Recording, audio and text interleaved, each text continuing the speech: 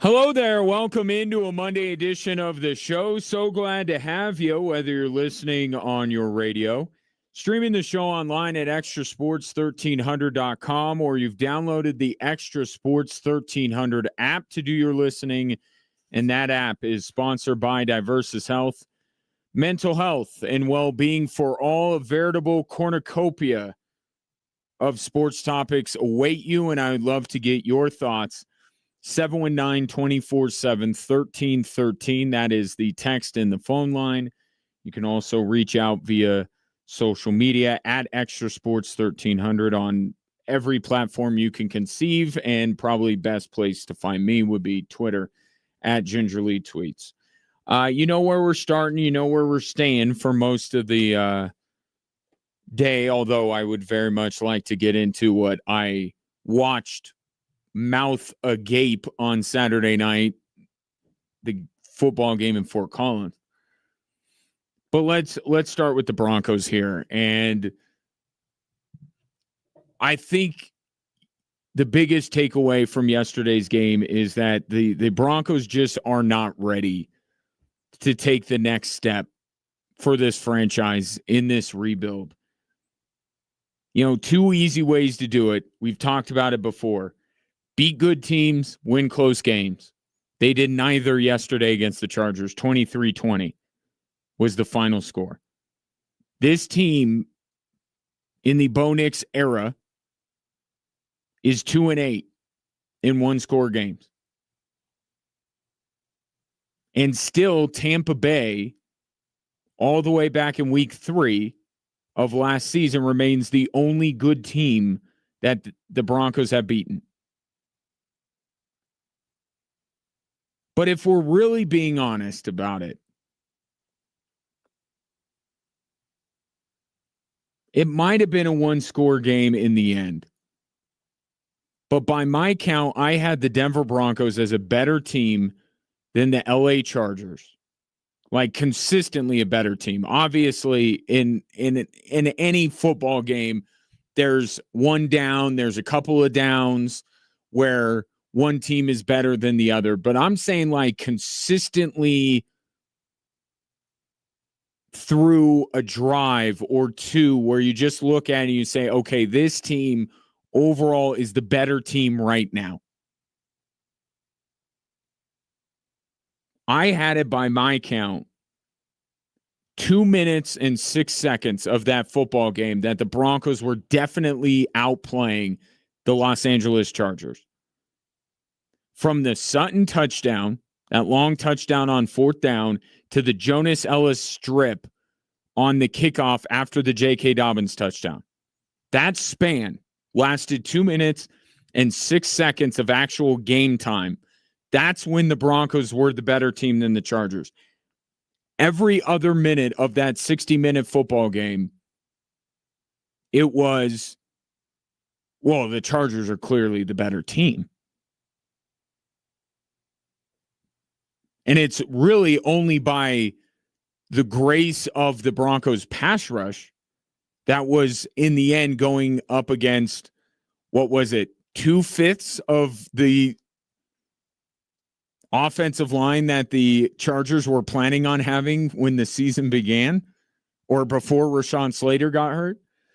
But it was only through the grace of the pass rush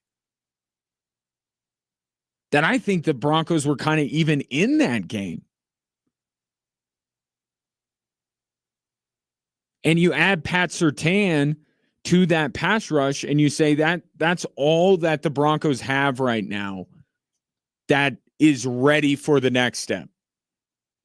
You say Pat Surtain, and you say these pass rushers, they're ready to go up against any team in the National Football League. Now, they may not, as the Colts game was evidence. They're not going to do it every single game. But in terms of the confidence level you have in the Denver Broncos to go against the good teams, the very good teams, the elite teams in this league, you say Pat Surtain can do it and the pass rush can do it. I don't know that you could say anything else or anyone else. is ready for that.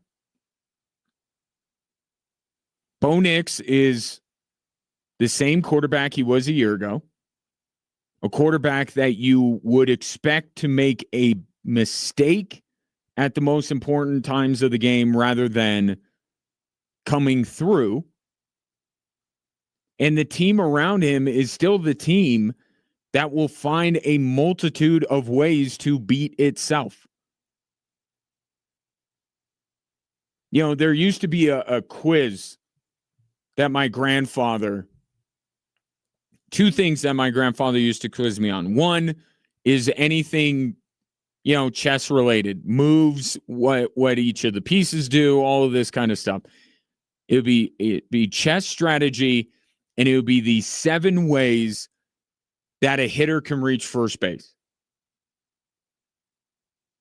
Right? Ask me that all the time. I don't know if he forgot that I already answered it, or he just wanted to make sure that I'm not losing my baseball knowledge. And if you remember those, just in case you're like, what are the 7? Hit by pitch, walk, you get a hit, catcher interference, error, fielder's choice, drop, third strike. Now it's the 7 different ways the Broncos can commit a penalty to cost them the game. You had leverage and an offensive face mask and a delay a game. Not a delay a game on Bo Nix for not getting the playoff, a delay a game on J.K. Dobbins for spiking the football. That was last week, just those 3. Then you add Adam Troutman's offensive offsides and Talanoa Hufanga's body slam to the list. You know, it is quite something that a team whose coach on a weekly basis gets in to the minutia of wind velocity and referee tendencies. Like, that's how in the weeds Sean Payton is every week, which speaks to his preparedness level. Right? It's a little much at times, but it's just going to show how thoroughly Sean Payton has prepared for the upcoming opponent, that he's even got those little details ironed out and knows what they'll do in certain situations and what they have to be mindful of. But it's a wonder that a team that is coached by that guy is so often lacking in the details that matter much more on Sundays. And maybe that's the issue here with this team. Maybe they can't see the forest for the trees. Maybe they're so caught up, and I don't know what Sean Payton, what extent he shares all of this stuff with, or if he's just telling you and I it. But like, it almost seems like this team is so in the weeds. They're so focused on these little tiny minute details that the bigger details, blocking, tackling, setting your feet in the pocket, lining up on side,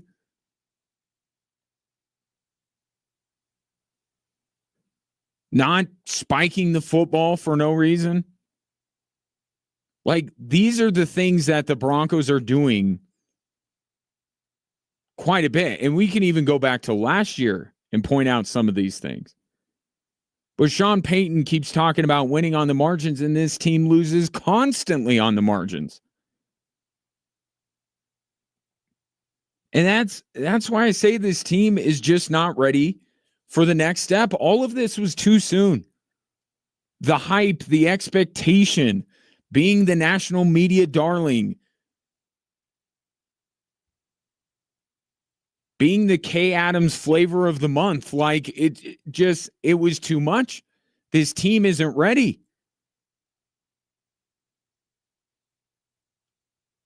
And look, it would be easy to say youth, right? To just say, well, look at all the young guys that are on this team. But it's them, but it's not just them. The players that are making these mistakes are the homegrown players. They're the players that have played for Sean Payton in both New Orleans and Denver. It's the ones that going back to the Hufanga body slam. Like it's the player and J.K. Dobbins Spike. Those are two guys that the Broncos are bringing in to help instill some of this culture, this ability to win at the highest level. It's those guys who are making these mistakes too.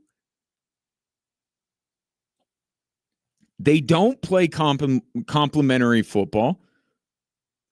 The offense leaves the defense in way too many difficult positions. They don't start off drives well, really on both sides of the football. They don't start fast in games.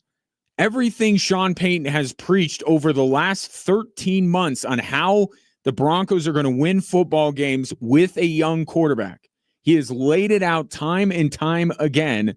And 13 months in, the message still hasn't sunk in.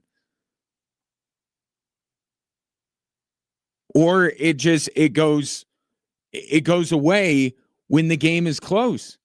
But that's where you need to be at your best. That's where you need to be the most sharp. And this team just isn't. So really you can take it either way, and I'll welcome your thoughts at 719-247-1313.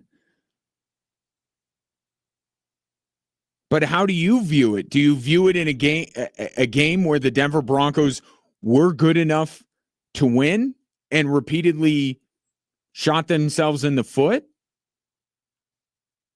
Or do you look at the game in its totality and say,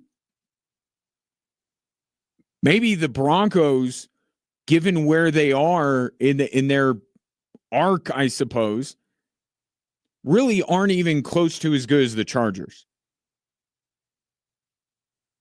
And it's just for a little over a 2-minute stretch where the Broncos got really hot that became a football game.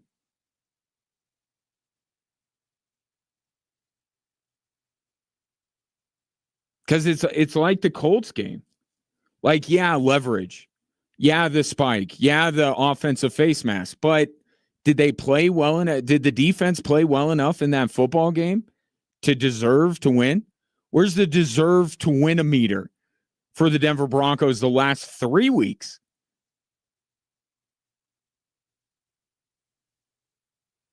But the fact of the matter is, it was a close game. It was another one-score game.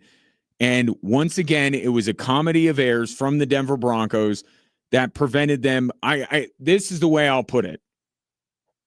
It was a comedy of errors late in the football game, yet again, excuse me, to keep the Broncos from stealing that game. If they won yesterday, they would have stolen the game because were not the better team for the vast majority. They're really good in that middle eight, right? Which is important. Or the middle two, as it were.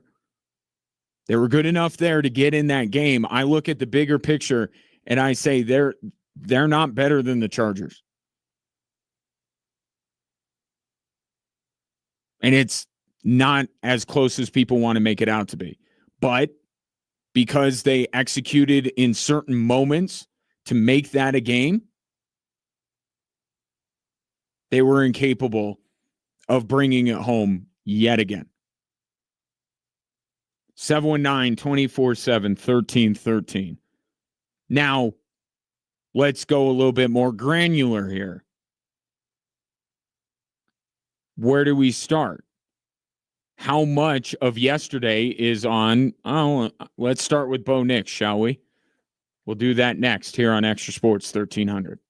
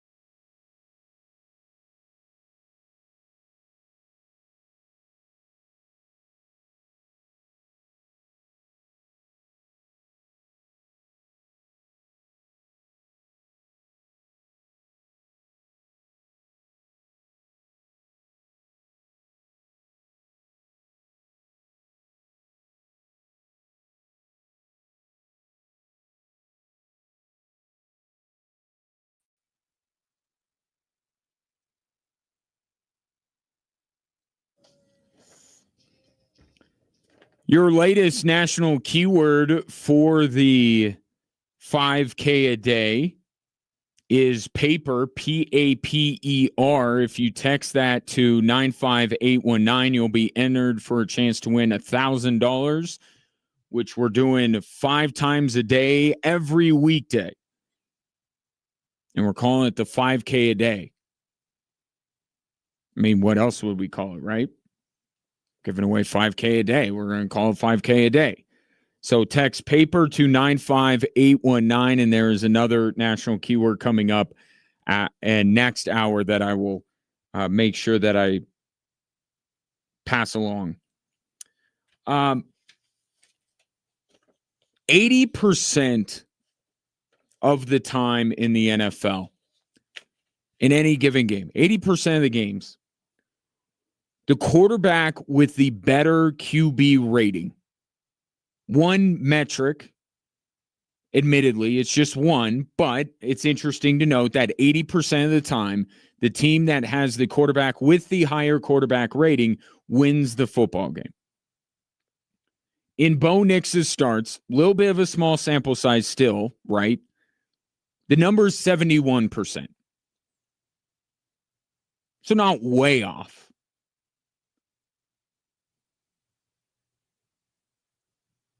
The Broncos are 15-6 in the games where, or just in the Broncos games with Bo Nix as the starter, the team with the better rated passer, 15-6. Going into yesterday, it was 15-5. The Broncos lost yesterday, despite the fact that Bo Nix had a higher quarterback rating than Justin Herbert.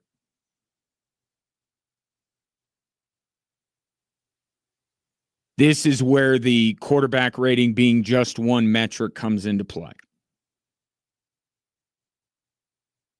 Because the biggest difference between Justin Herbert and Bo Nix, you saw it in the waning moments of that football game. Game in the balance. Justin Herbert shrugs off Zach Allen and is able to throw the ball across his body over Nick Bonito. So basically had both of the Broncos, the two best pass rushers on the Denver Broncos, right on him, still able to get free, run to his left, throw back across his body, and throw an absolute dart to Keenan Allen for the game-tying touchdown. Bo Nix comes out and overthrows Cortland Sutton on a play the Broncos needed to have to stay on the field. That right there encapsulates the difference between a Justin Herbert and a Bo Nix. Even though, by one metric, Bo Nix was the better quarterback yesterday. But you wouldn't look at that game and say he was a better quarterback, would you?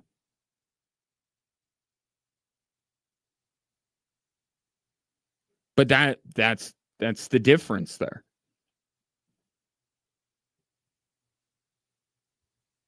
So what do you do with that? You either say that if Bo Nix was the better of the two passers, had a higher passer rating, he should have made more plays for the Broncos to win games. Or perhaps Bo Nix did what was expected of him overall, and it was on everyone else to kind of pick up the slack. There was a common thread on the four scoring drives the Denver Broncos had yesterday. One easily pointed out, easily picked out common thread. Every one of their four scoring drives, they started the drive with a positive yardage play. Every single one of them.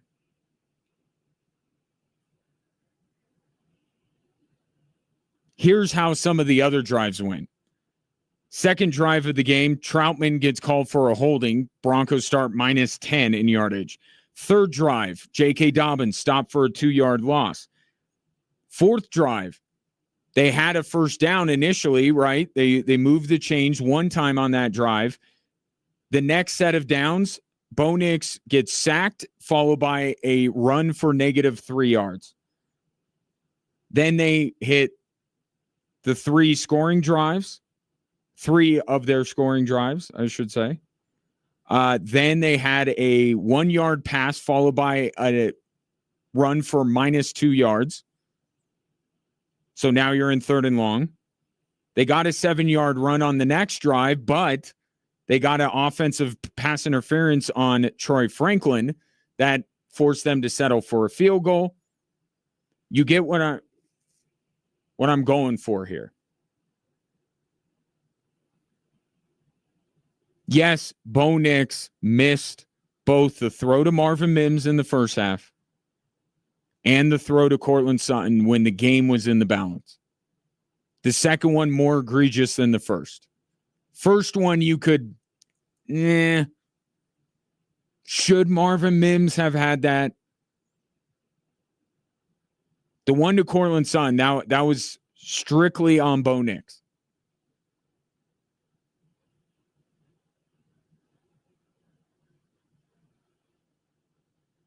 But do you put that all on him?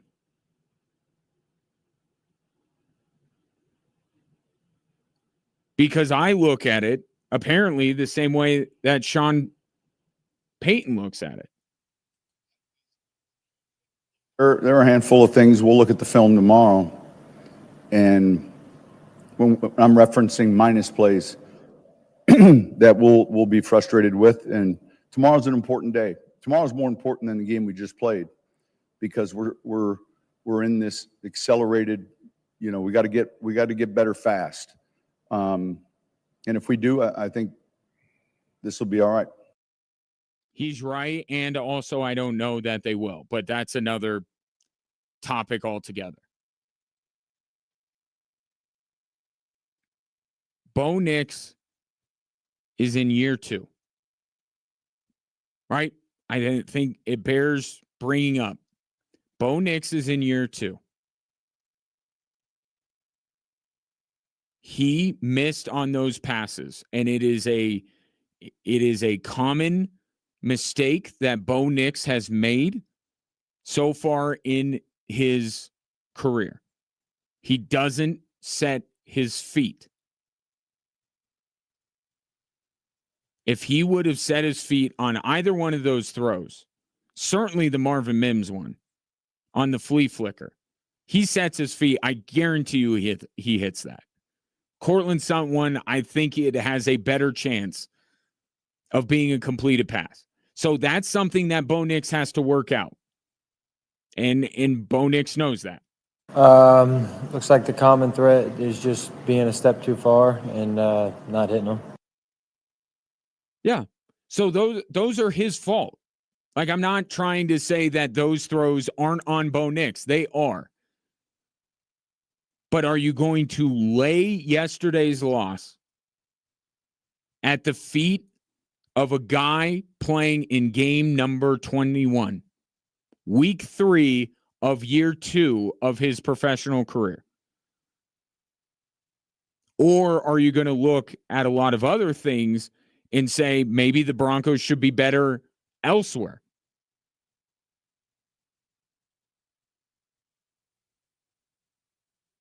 Because I don't have a lot of belief in the long-term future of Bo Nix. But I do know that he needs time to develop. And I think it's especially going up against someone who has been in the league for as long as Justin Herbert and who is one of the 10 best quarterbacks in the league. It's actually quite surprising that Bo Nix was rated the higher quarterback.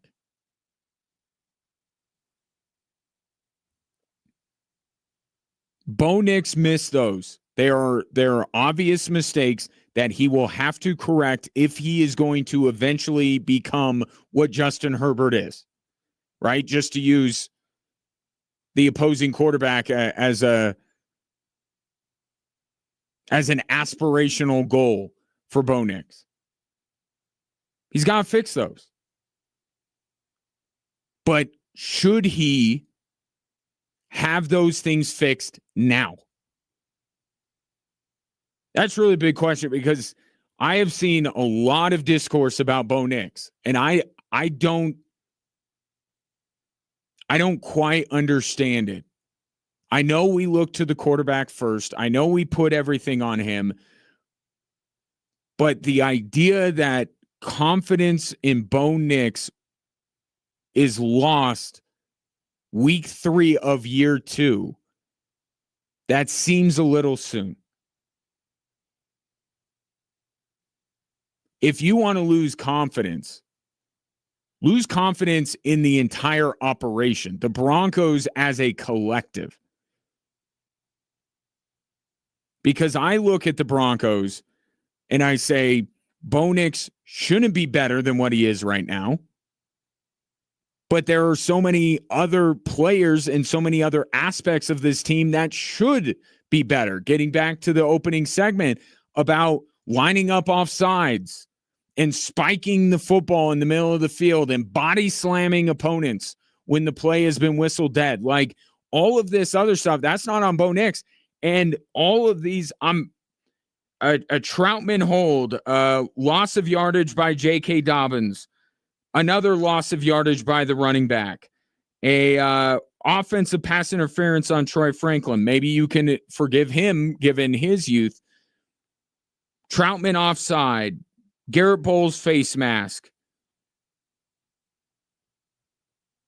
I mean, the Broncos aren't putting Bo Nix in a position to succeed.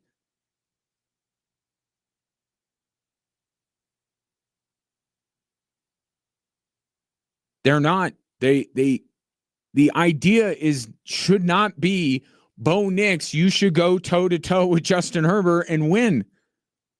Match him throw for throw. It shouldn't be that way.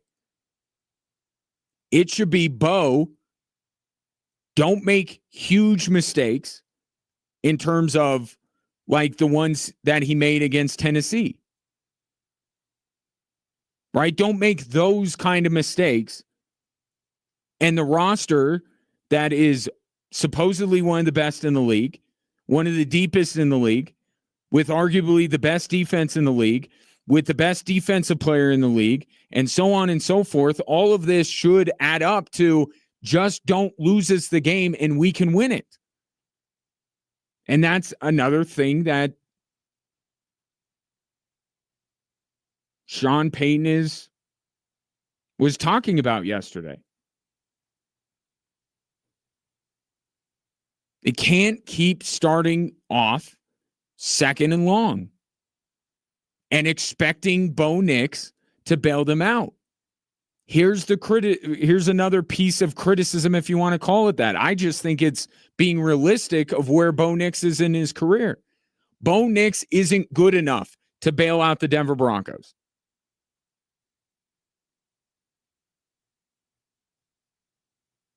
Patrick Mahomes is good enough to bail out the Chiefs. Josh Allen is good enough to bail out the Buffalo Bills. Lamar Jackson is good enough to bail out the Baltimore Ravens, and you can go on and so forth. Justin Herbert, numerous occasions in his career, has been good enough to bail out the LA Chargers.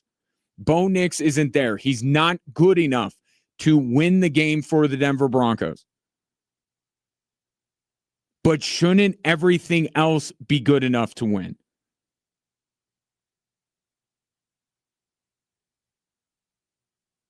They're perpetually starting drives behind the sticks. Is that on Bo Nix?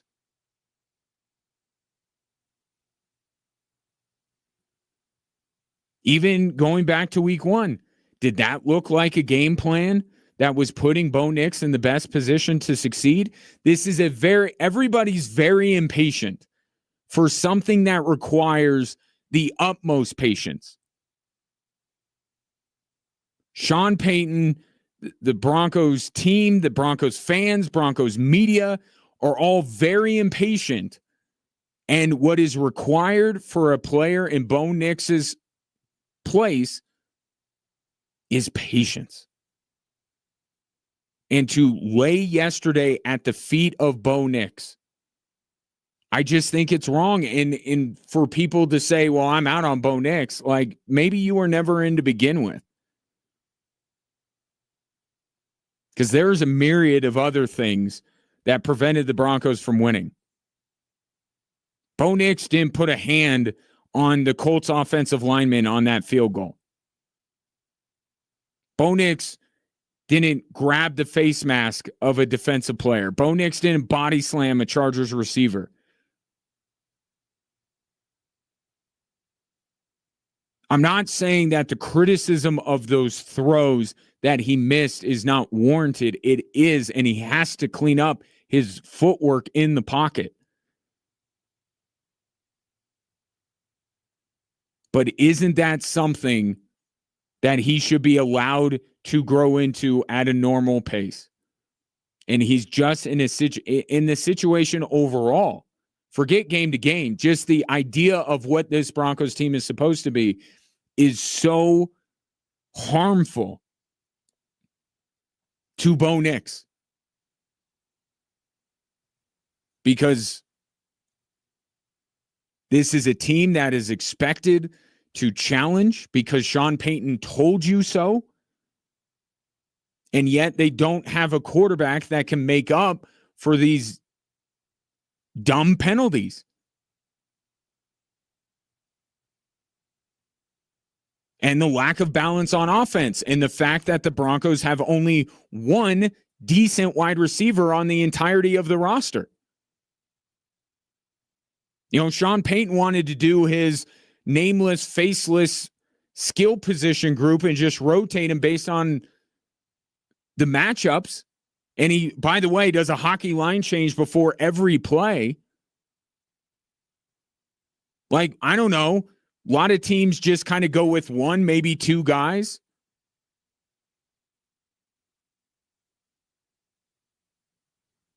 And kind of, stick with them. They have Cortland Sutton. But then it's rotate. I thought Troy Franklin had a nice game last week. Why doesn't Troy Franklin get on the field more?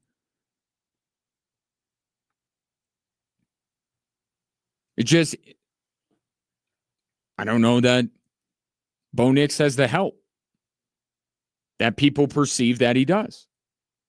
And if you perceive that Bo Nix has more help than he really does, then you look at those two throws and say that cost the Broncos the game and Bo Nix is a bum. I'm not there. I have my doubts about the long term, but in the short term, I'm one of the more realistic people I have heard on this subject. It's got to clean up the footwork. As many quarterbacks in the first month of year 2 have to do. What's everyone else's excuse? That's my question. 719-247-1313. And then perhaps it was a bad omen on Saturday, the announcement about Dre Greenlaw finally placed on IR. Why did the Broncos wait so long? That's next here on Extra Sports 1300.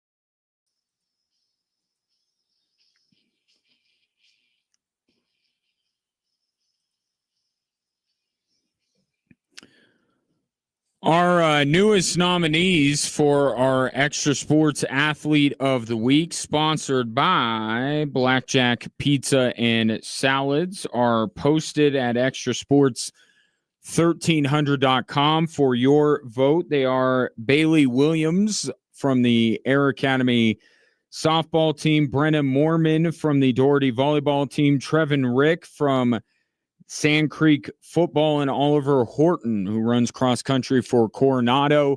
You can go to extrasports1300.com now to cast your vote. We'll announce the winner on Friday. And while you're on the site, feel free to submit a nomination form for next week's. I go in there and I see amongst the new nominations, I see people trying to like double vote or using that as their vote for the current athlete of the week. Don't do that. Those are for future nominations. I just want to save you time. Extra Sports 1300 Athlete of the Week, sponsored by Blackjack Pizza and Salads. So Saturday, there was a bit of bad news coming in for the Denver Broncos. Maybe should have been taken as a bad omen for Sunday's game. Dre Greenlaw has now been officially placed on IR, meaning he will not be back till week 7. Here's Sean Payton on not why they placed him on IR, why they waited till now to place him on IR. There was a goal date, and it was either this week or next, and we felt like the last thing we want to do is have him come out too early and re-injure it. And George and I sat down with him. We spent some time discussing it, and now there's plenty of season left. So it was just something that we obviously, hindsight, we could have said we should have done it. But at that time, the information was, hey, this is 4 weeks away, but it's a little bit longer. I actually don't have a problem with them holding out. There's some people that are saying, well, why didn't you place him on IR before? Whose spot was Dre Greenlaw taking? Right? We know the nature of the injury. It's a soft tissue thing that can be lingering, which is the big issue, which I'll get to in a moment. But, they had, like Sean Payton said, they had a timetable on it. They thought he would be back for the Chargers game or the Bengals game. So they were holding out hope. It's not like there was this missing piece on the Broncos practice squad. I know some players, your fifth wide receiver or your fourth running back or a depth offensive lineman. Sure, if they go down, maybe you want to not hold out, just put them on IR so you can utilize the roster spot. But with what Dre Greenlaw is supposed to mean to this Broncos team, how important he is, supposed to be, I mean, we haven't seen him, but how important he's supposed to be, you hold out that hope and you say, okay, we'll get by for a couple of weeks. I don't think he was misdiagnosed. It's just this is a soft tissue injury for a player that has struggled with injuries. And it didn't work.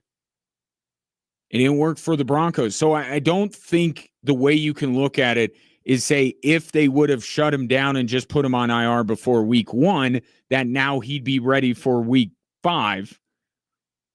I don't think that's the way it works. So I don't fault Sean Payton for keeping him around and hoping that he'd be better. But here is the issue. You're now 7 weeks into the season without a player that you brought in to kind of be the missing piece to that defense, to tie it in together. Guess what yesterday was? Kind of not as bad as the Colts game, but still the middle of that field between the defensive line and the secondary, a little bit vulnerable. That's what Dre Greenlaw is supposed to help. This is a player that the Denver Broncos are counting on. And it will be 7 weeks, or I guess 6, because they did it before the game, and it would be back week 7, right?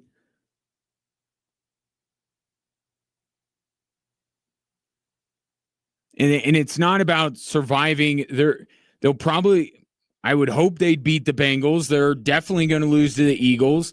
I think the Jets game, depending on the health of a certain quarterback of New York, that's on a neutral field. Maybe that could go one way or another.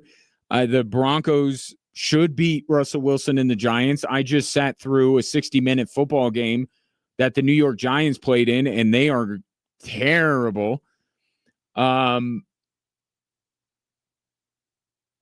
And then you got the little Texas two-step they're doing with the Cowboys and the Texans, neither of whom look to be especially elite. Problem was you needed him for this game, and you thought you needed him for a Joe Burrow-led Bengals team. But who's to say that he's going to be ready in 4 more weeks? Who's to say? The guy's been hurt since July 31st. That's the issue here. There's no guarantee that Dre Greenlaw is going to be ready to play when he comes off of IR. And then if the Broncos do get him back when he comes off IR, because of everything that's already happened, you're going to be a little nervy about Dre Greenlaw's availability the rest of the season after that. Such is life of buying low on injury risk players. And buying injury risk players at positions that you desperately need help in. Right? So far, so good. Knock on wood. I don't want anybody to get hurt. But Tulanoa Hufanga, other than the occasional body slam, has been quite good for the Denver Broncos. And J.K. Dobbins, other than the, spike to get the delay game against the Colts, J.K. Dobbins has been pretty good. Hopefully it stays that way. That would give them a 50% hit rate. Can you expect much better? You get Dre Greenlaw, Evan Ingram, Tulanoa Hufanga, and J.K. Dobbins, who all have injury concerns. All of them. If I told you, forget which ones, because that's a different conversation. But if I told you that the Broncos, out of those 4 guys, 2 of them would be healthy and 2 of them wouldn't, you'd probably go, well, it's not what I was hoping for, but, kind of makes sense. Right? 50% hit rate.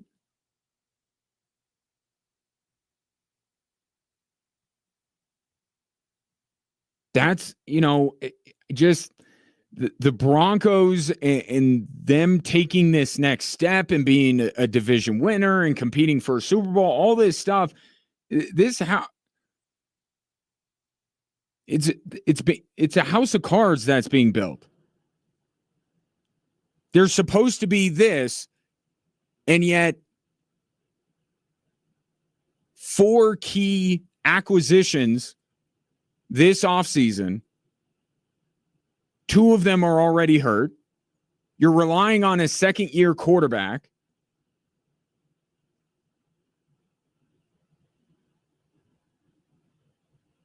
But it's what the Broncos had to do. I'm not saying that they had to do it any other way. Right? The guys are available. Who else were you going to get? You take a chance. I don't fault the Broncos for taking a chance, but to expect all 4 guys to show up, be healthy all the time, and contribute to the level the Broncos need them to at safety, inside linebacker, tight end, and running back for the entirety of the season, it's like you're asking too much for them to do that. They've got a 50% hit rate right now. Given the injury histories of those 4 players, it's pretty good. Problem is the Broncos need it at 100%. 719-247-1313. Dre Greenlaw, officially placed on IR before Sunday's game, and he will be back week 7. But that's an eternity away for the Denver Broncos, given where they're at right now. Off to a 1-2 start after yesterday's 23-20 loss to the Chargers.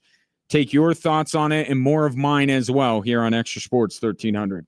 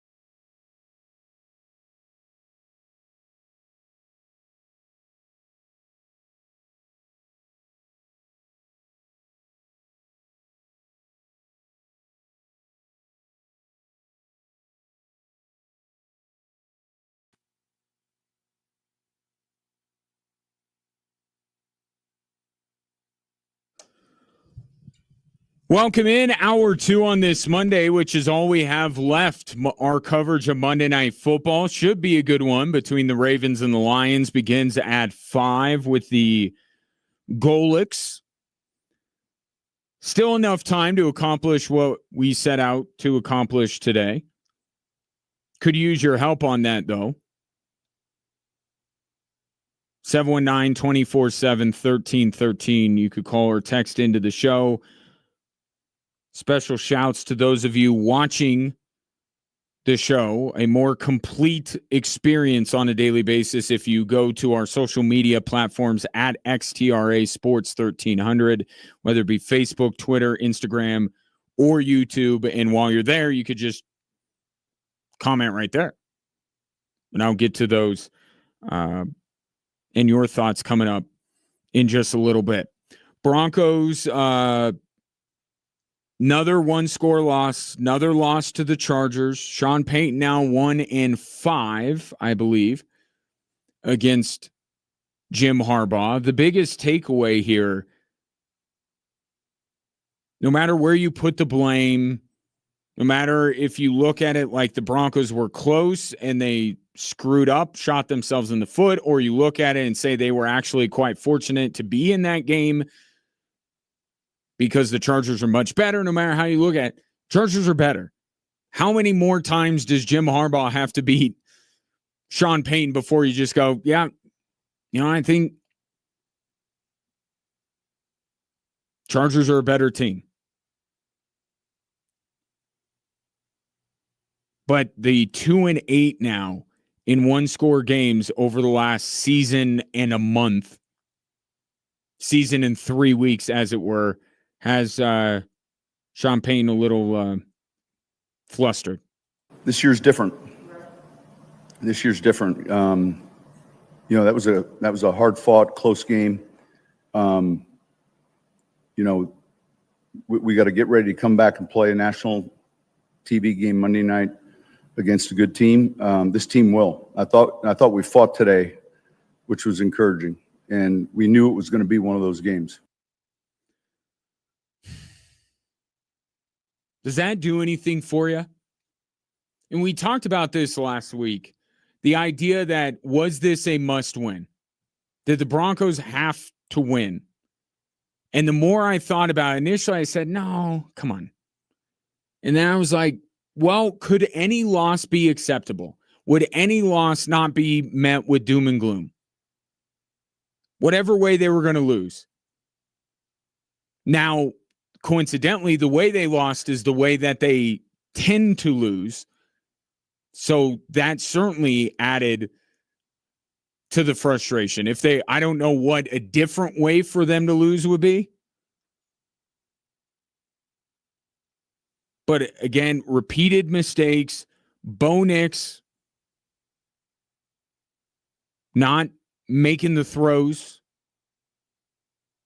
in the most important parts of the game. Like this has been, Sean Payton can say all he wants, this is a new year, but it's a lot of the same habits. It's a lot of the same behaviors. It's a lot of the same results. 2-8 in one-score games now.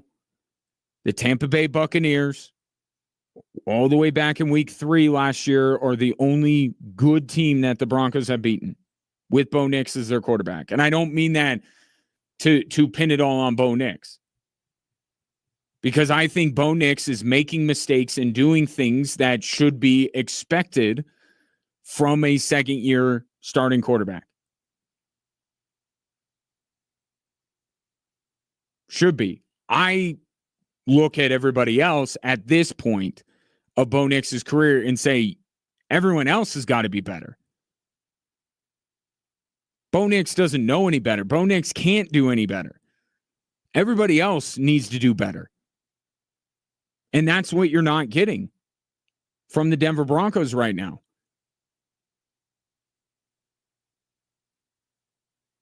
The repeated mistakes, the penalties, they're constantly chasing the down and distance. They're constantly behind the chains.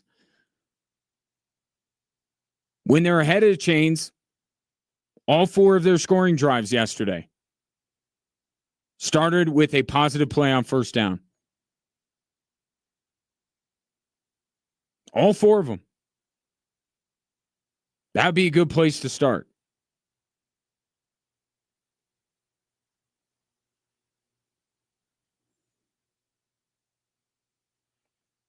But here's the other part of this. The guy texted in and said, funny, no one's afraid to throw at Surtain anymore. The Chargers threw at him 5 times yesterday. Surtain allowed 1 catch. So I think that Surtain did bounce back from the game last week against the Colts. Here's what remains. Has Riley Moss defended a single pass that you couldn't successfully, that you couldn't argue was pass interference? I know it's kind of a loaded question. I get it. Every time I watch Riley Moss, either he's beat or when he makes a play on it, I go, well, what about the jersey pull? What about this? What about that? Pat Surtain, I don't have an issue with. I mean, make sure that the play is blown dead when you're trying to stop Quentin Johnston.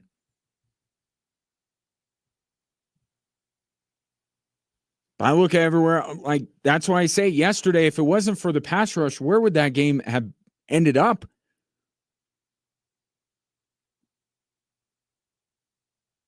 Here's the fact of the matter. I don't trust anyone on the Denver Broncos in coverage that's not named Pat Surtain. And until Jahdae Barron is ready to take over a more high-profile role with this team, this is going to continue. And we saw this the tail end of last year, down the stretch. The Bengals picked them apart. The Browns picked them apart. The Bills picked them apart. The Colts picked them apart.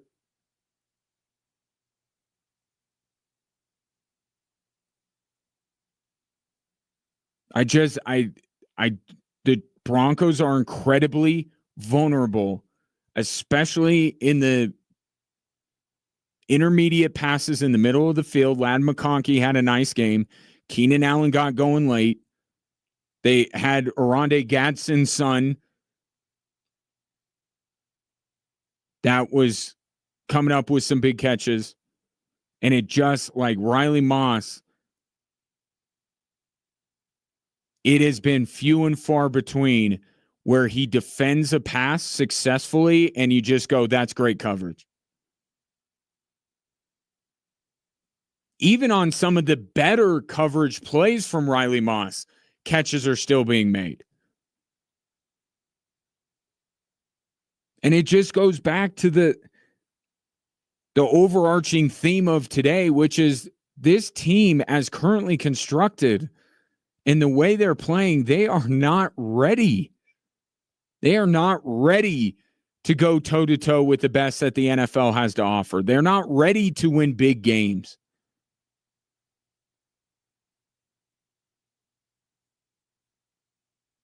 They're not. Look at how they got into the playoffs.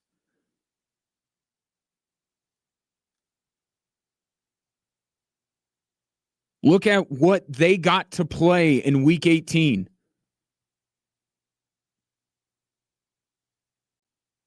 The huge game that was the Cincinnati game. How did that go?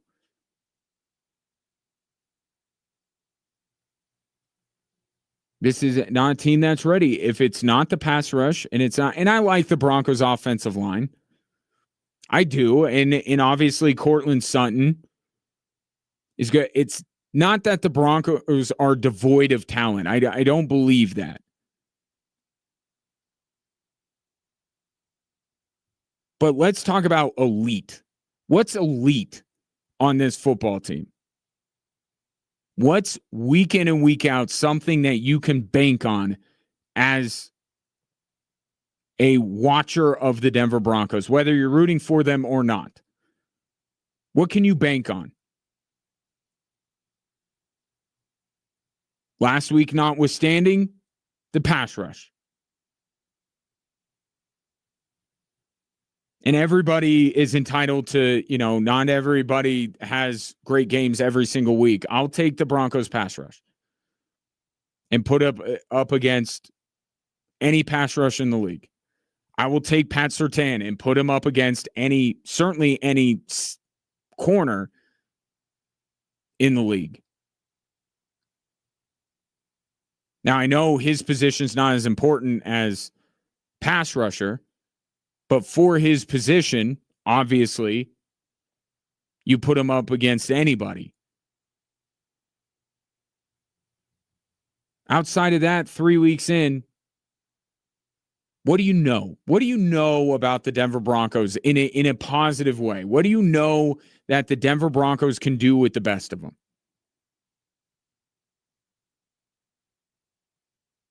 It's not much. Chargers have a lot of things that they do with the best of the league. That defense is really good. That offensive line, they were down. I mean, I thought at some point they were going to have to play like 7-on-11 and just only keep a couple of down linemen. They were dropping like flies to exacerbate the issue they already had with Rashawn Slater coming out. And I thought the Chargers offensive line held up about as well as you could expect against that Broncos pass rush.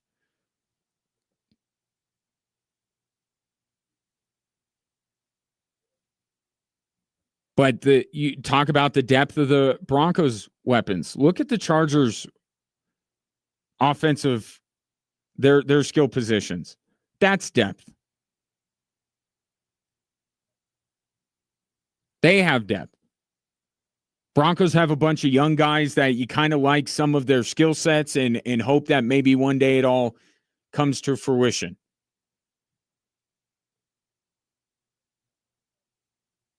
They're not on the Chargers level. Whatever that is. So Chargers might be the best team outside, west of Buffalo. They could be. Time will tell. But once again, this is 3 consecutive matchups now that have all come down to one score, but you really look at it, you really drill into it, you watch the game, and you're like, I don't know that this team is that close. And they got to go through them before they get to Kansas City. At least in terms of giving Kansas City credit for being the 9-time defending AFC West champions, although I will readily admit they look like a shell of themselves right now. I said this on Friday. Chargers, the Broncos are closer to the Raiders than they are the Chargers. And I think Sunday showed it. 719-24-7, 1313. Take your thoughts. I do want it, man.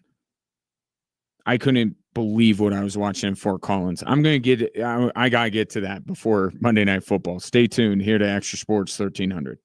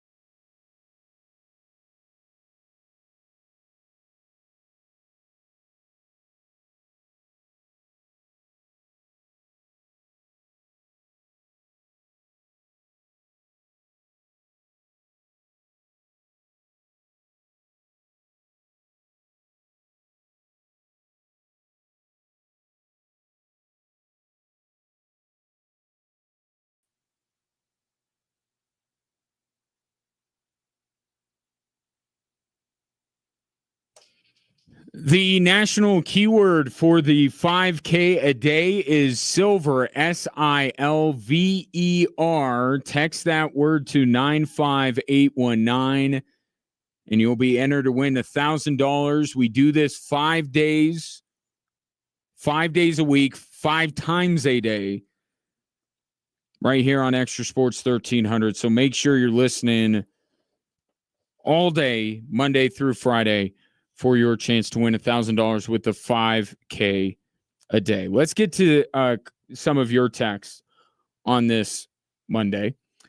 From the 303, week 7, fine for Dre Greenlaw to return. Next 3 weeks are layups for the Broncos. Broncos on Saturday, if you missed it, put Dre Greenlaw on injured reserve. Finally, they were hoping he would be back either for the Charger game or for the Bengal game, which the Bengal game has certainly taken on a different feel, I would say, in the last couple of weeks, hasn't it? And I agree with that sentiment. I would say that don't be super quick. I mean, it's clearly you're not talking about Philadelphia, right? I mean, that I Cincinnati and the 2 New York teams. Or be week 7 would be the Giants game. Math is hard for me. Give me a break. They do play Philadelphia. That is not easy. But I would argue they wouldn't win that game with Dre Greenlaw. So it really doesn't matter. Cincinnati, New York. Okay. Perceived wins. I'm with you there. And then you look beyond, because I've been having this conversation with people today, or people have been wanting to have this conversation with me, and I'm here for it because I love talking about this stuff. The way you feel about the Denver Broncos, right? You take that kind of temperature check after every game. Can you say that you still feel like the Denver Broncos can accomplish everything that you say? And I'm not talking to you necessarily, Chris. I'm just saying in general. Can people say, the ones that were more bullish on the Broncos, that they can still achieve everything that they predicted they would achieve without saying something negative about their opponent? Here's what I mean by that. They've lost these back-to-back games. If Joe Burrow was playing on Monday night, would you feel differently about that game? I think you have to. The fact that Joe Burrow is not playing changes it completely. And the way that the Broncos have been finding ways to lose these last couple of games, I can't imagine that optimism would be totally high that the Broncos could beat Joe Burrow and the Bengals at this point. Philadelphia, even the most bullish supporters of the Denver Broncos can acknowledge that even though Philadelphia does not look like Buffalo, for example, like Buffalo looks dominant and they're winning with style points. Philadelphia, every game feels like a rock fight, but they just keep winning. And yesterday they do it by blocking kicks and they ran it back. Man, if you had a Rams ticket on Sunday, the baddest of bad beats. But Broncos weren't going to beat the Eagles anyway, right? So that one's not that. The 2 New York teams, I think most people felt pretty good about those going into it. Dallas now with no Micah Parsons. You've seen what Houston did. Houston needed to win on Sunday and still lost to Jacksonville. So do you feel good about that because you feel good about the Broncos, or are you looking at Houston and going, they're not any good? Because you could be right about Houston. That was a must-win game, and they still lost. to what I perceive to be an inferior team in Jacksonville. Maybe I've got Indy all wrong coming into the season. I think I have Jacksonville pretty well figured out. Improved team, certainly not pound for pound better than Houston, and yet you saw what happened yesterday, or you heard what happened yesterday. So that's why my point is that given the way that the Broncos have played for the first 3 weeks of this season, it will be very difficult to look at some of the games that you projected to be Broncos wins at the beginning of the year still being wins without talking about the big difference with the opponent. Dallas doesn't have Micah Parsons anymore. Houston looks like absolute trash. Cincinnati doesn't have Joe Burrow. We don't know the status of Jaden Daniels moving forward for Washington, although Marcus Mariota was pretty good against the Raiders. Kansas City looks vulnerable. But that's the world that the Broncos existed in last year. Right? It was just, we're not as bad as our opponent. That's how most games went for the Denver Broncos. We're not as bad as this team. Which is fine, because that's the first step. Right? The first step is you got to beat the teams you're supposed to beat. You got to beat the bad teams. And then the next step is where the Broncos are trying to go now, where you start beating good teams. Still waiting for that, but that's the next step. But that's why I keep going back to this. Feels like this carbon copy of last year. How the Denver Broncos are playing, how Bo Nix is looking, why they're losing games, how they fare in one-score games, how they fare against good teams. It's all a repeat, a rerun of 2024. And even when you start looking at some of these games on the horizon that maybe going into the year you thought they were a good team, but the Broncos are a good team and now they'll win. Now it's like you're looking at the lesser of two evils, essentially.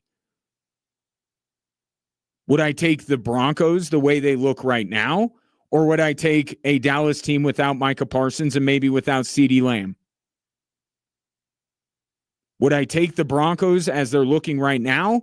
Or would I take the Houston Texans as they're looking right now? I mean, there's something to be said for that. And the Broncos are going to be in the playoff conversation because of games like the texter's alluding to that look advantageous even to a team struggling as much as the Denver Broncos are. But here's my other question with this. What game coming up will if the Broncos win Monday night, will you be like, we're all good here? Right back on track, onward and upward? No. They don't have Joe Burrow. Certainly Philadelphia would qualify as that. Would either of the two, aside from the glee of beating Russell Wilson, do you think beating the Giants means that the Broncos are ready to contend for a Super Bowl? That's kind of what yesterday was. Yesterday was a game where the Broncos had the opportunity to show we are an improved team from last year, not from last week. I'll admit that the Broncos in many ways were improved from the loss against Indianapolis. Not improved enough to win the game ultimately, but they got some things figured out from the Colts game. But it was their opportunity yesterday to show we can beat this team. We're an elite team in the AFC West. We're an elite team in the AFC. That was their opportunity. They didn't take advantage of it. LA was the much better team for the vast majority of that game. And despite that, the Broncos still found themselves in the game and did everything that they could possibly think of to ultimately lose the game. So, yeah, the Broncos are probably going to go on what can be perceived as a run. Right? Cincinnati Monday night being the two New York teams. We'll forgive them for probably losing to Philadelphia. But even when they get to Dallas and Houston, what does winning those games mean? I think you look at it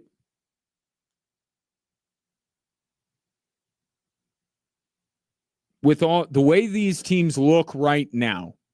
Philadelphia is, I think, the only real chance before maybe the bye week for the Denver Broncos to win a game and truly change the perception. If the perception right now is that the Broncos are struggling and the Broncos don't have their stuff together and Bo Nix isn't taking a step in year 2, the only game before the bye week, that's the middle of November, is Philadelphia. Because you'll be looking at beating Cincinnati with Jake Browning and going, okay, they should win that game. Going over to London and beating the Jets. Okay, well, they're kind of supposed to win that game. Beating Russell Wilson and the Giants. Do any of those games signal to you that the Broncos are ready to contend? The same games they won last year, and they weren't a team that was contending for anything other than the 7th seed in the AFC, which is not the contending I'm talking about.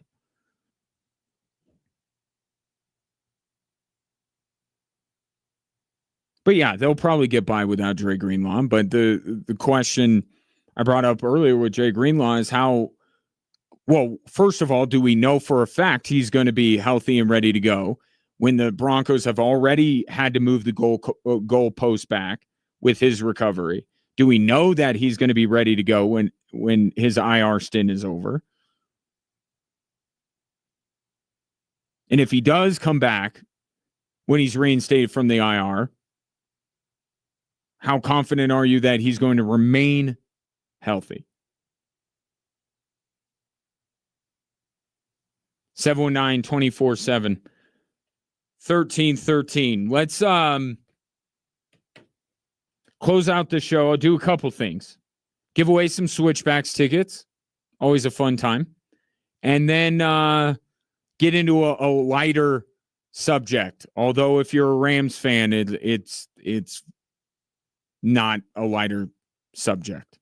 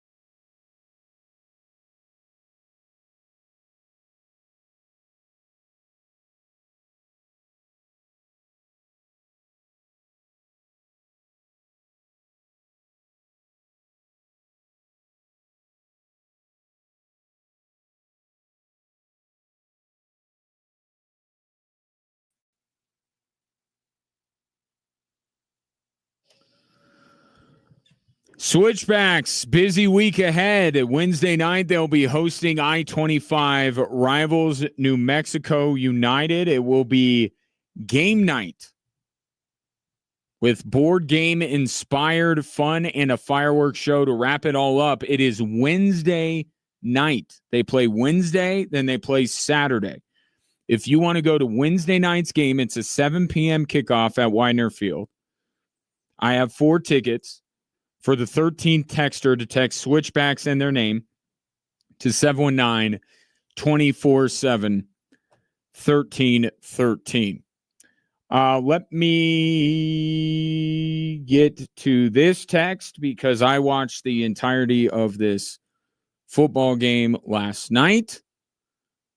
From the 719, the New York Giants offense is terrible. Russell Wilson is horrendous and should never play another down in the NFL. Don't sleep on the Giants if they replace Russell Wilson.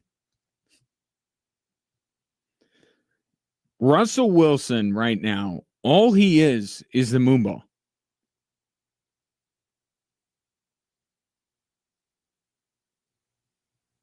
Like, that's it.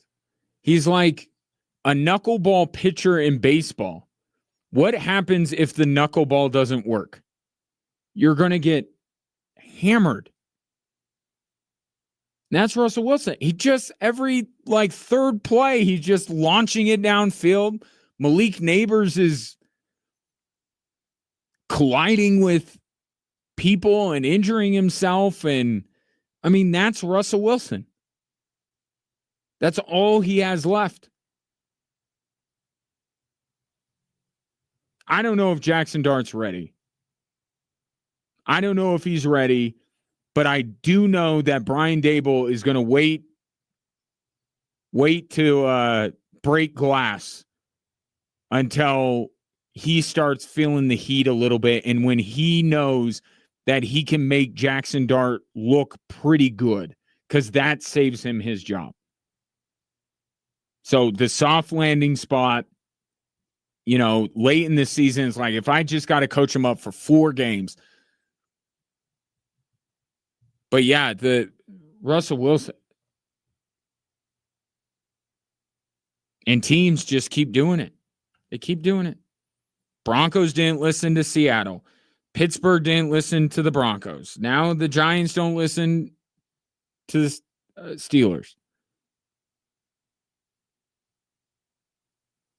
Honestly, where the Giants are now, if you watch them, how much worse would they be with Jameis Winston? If at all.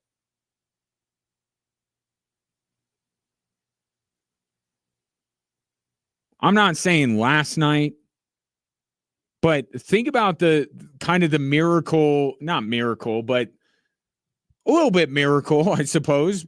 Call Brandon Aubrey the miracle with the way he kicks field goals. But could Jameis Winston, could you have seen him maybe beating Dallas? If they had a little, I know Jameis Winston's, kryptonite and throwing the interceptions, and it's entirely possible he would do that.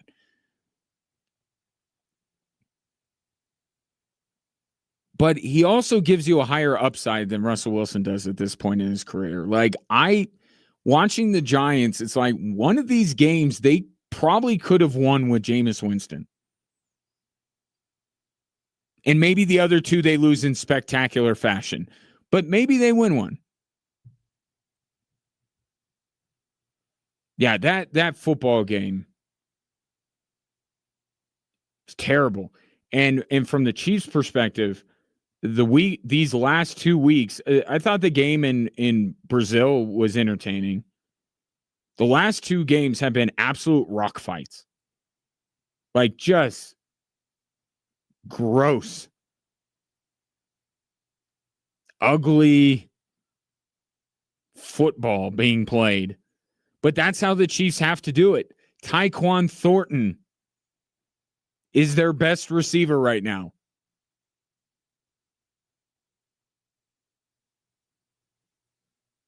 Until they get back Worthy and Rice, if I don't want to be one of those people, we'll just wait for those guys to come back, because there's no guarantee. I mean, Rice isn't missing because he's not healthy. So I guess he's a pretty good bet to at least come back. But Xavier Worthy, who knows? They bring him back, maybe he dings up his shoulder again, and he's out again. Chiefs defense is very good. Patrick Mahomes is very good. Outside of that, not a lot good going on with the Chiefs. Lends itself to a just not aesthetically pleasing football at all. You know, the NFL wants to legislate out the tush push because it's not very good. How about just like contracting 3 or 4 football teams that play garbage football like the Giants? Like, just eliminate them. You are not allowed to play this season. You're going to take a year off. You're going to get yourself right. We'll give you a high draft pick. Just don't subject us to your brand of football. Like, I find watching Russell Wilson play quarterback much more offensive than Jalen Hurts on the tush push. Tucker, interesting perspective here. Good for Russell Wilson. He keeps banking because teams are stupid, not his fault. That's a way to look at it. Caveat emptor, right?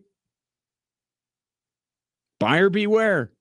Seattle tried to tell you. Denver tried to tell you. Pittsburgh tried to tell you. Keeps getting gigs. Yeah, good for him. Not my problem. Where's your text, Tom? I want to get to your text. Here it is. Glad you were wrong about the Chargers blowing out the Broncos. Could have, but didn't, right? Thought the Broncos played well and should have won, but no Coleman standings for almost won. Omarion Hampton outplayed Barron and RJ Harvey. Big mistake, Broncos not taking Hampton. How can you defend the Barron pick when he's not contributing right now? They had an opportunity to draft someone, Hampton, that would make an instant impact. Isn't this...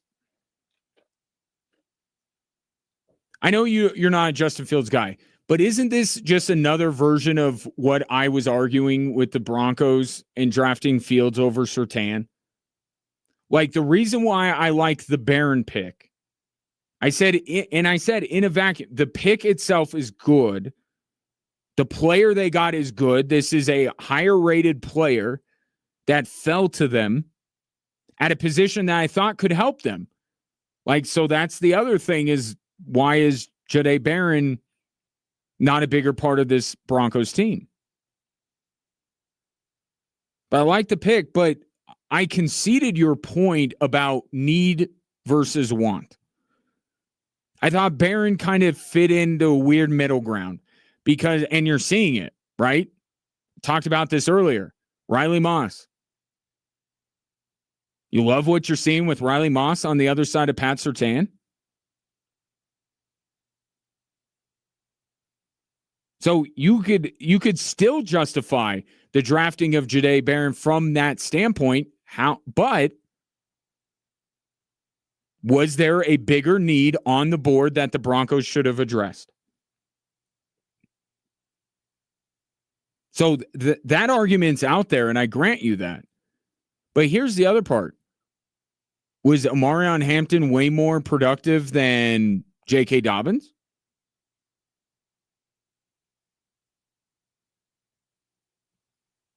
What, I don't think he was.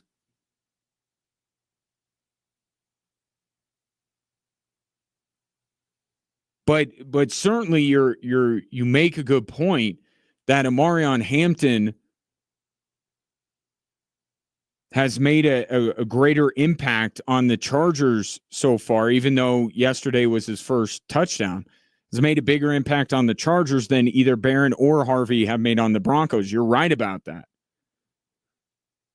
But does that then mean that the Broncos made a mistake not taking him instead of Jahdae Barron? I don't know. I thought J.K. Dobbins played pretty well yesterday.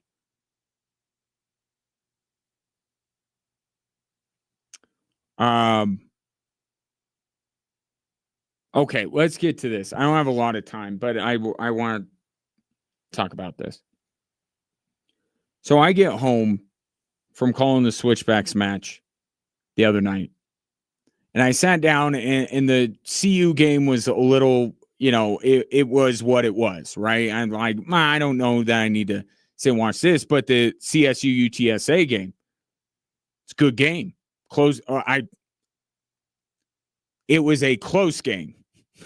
I'll say that. So I turned it to FS1, and I'm watching CSU and UTSA. And as you may have seen, Braden Fowler Nicolosi apparently was not motivated by Jay Norvell threatening a quarterback competition on him because he was bad, just straight up bad. And finally, Jay Norvell decides, I'm going to put in Jackson Brousseau.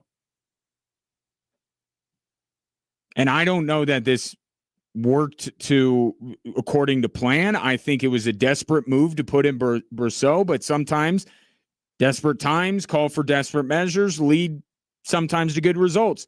Jackson Brousseau comes in, lights the spark, leads them downfield multiple times. They score. They score the touchdown. They kick the extra point. They tie the game, getting ready for overtime. You have all the momentum in the world. You found a quarterback that in far less amount of time has been way more effective than Braden Fowler Nicolosi was for the entirety of that football game. You found it. You got something. I don't know about you. I felt like the Rams, that game goes into overtime, I would have taken the Rams.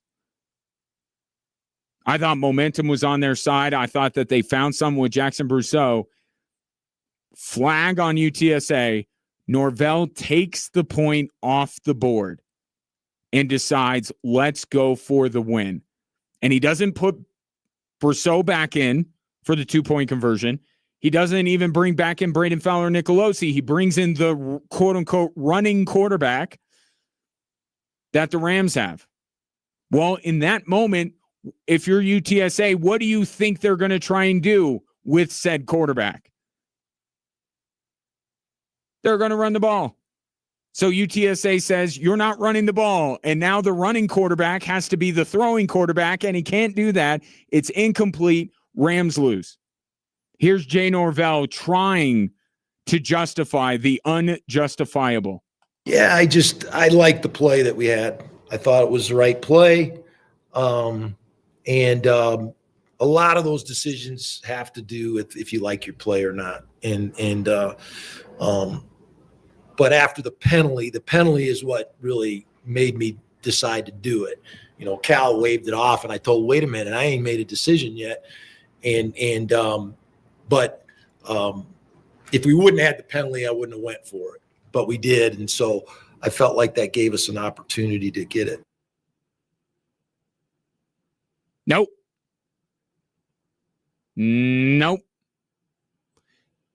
You like the play. Okay. Something to be said for that. Time, score, feel. Maybe there's just so much wrong here. So I disagree with the decision to take the point off the board. In that moment, with as much of a slog as that game was, it's like, I like what I have with Jackson Brousseau. Let's just take our chances in overtime. Right? There were, before you brought in Jackson Brousseau, it felt like there was no way the Rams were going to win the game. So I don't agree with the decision to take the point off the board and go for it. I don't care how much you like the play. I don't think that's the right decision. And then within that play, you replace the very guy that seemed to spark your team.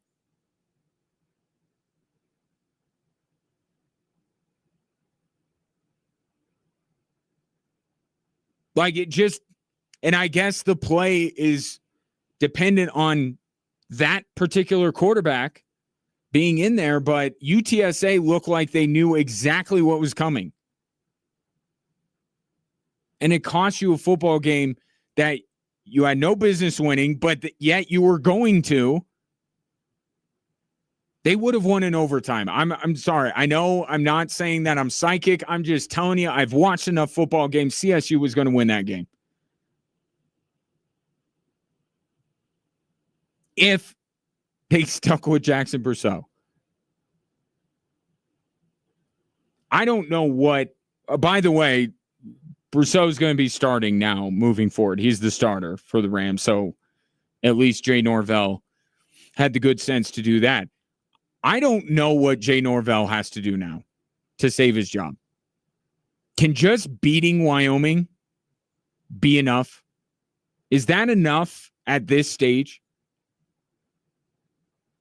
I mean, there has been poor game management in both the Washington game and this game.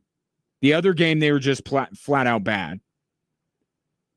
There were two games that you could argue the Rams had a legitimate chance of winning and maybe did more to keep themselves from winning than anything that the opponent did. I don't know if winning against Wyoming cures all ills.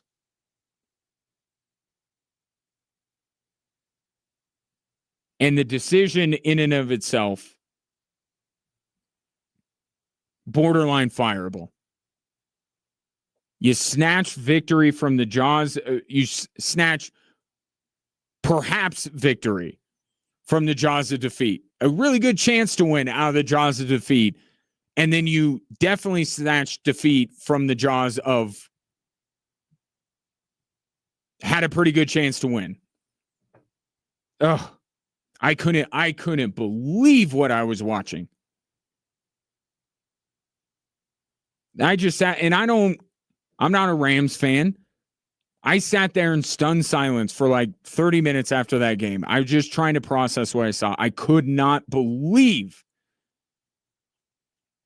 he took the point off the board and didn't put out Brousseau to run that 2-point conversion play. I know it calls for the running quarterback. Brousseau can run a little bit. I don't know. It just, everything stunk about it. Everything stunk. Whew, boy. What a night. Want to tell you before I go, got Monday Night Football coming up here shortly.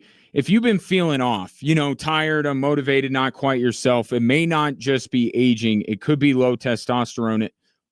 And Synergenics and Low T Center are here to help. I've heard from real patients of theirs. I got my energy back. I'm crushing it at the gym. My relationship feels brand new. And even I was depressed before, and now I feel like myself again. This isn't just hype. It's real hormone care that's changing lives. TRT can help restore your drive, your focus, and your confidence, whether it's at work, at home, in the gym. You'll feel the difference. So if you've been thinking about it, now's the time. Don't wait another day. Go to trtmvp.com and book your appointment now. That's trtmvp.com. Synergenics and Low T Center, helping you feel like the MVP you are. We will leave it there for today. One last mention of the national keyword for the 5K a day. It is silver, SILVER. Text that to 95819. There may be a grand in there for you if you do it. We'll leave the conversation there. Enjoy what should be a good one tonight between the Ravens and the Lions. And we'll reconvene tomorrow to discuss more of what happened with the Denver Broncos and maybe peek a little bit ahead to the Monday Nighter against the Joe Burrow-less Cincinnati Bengals. Talk to you tomorrow.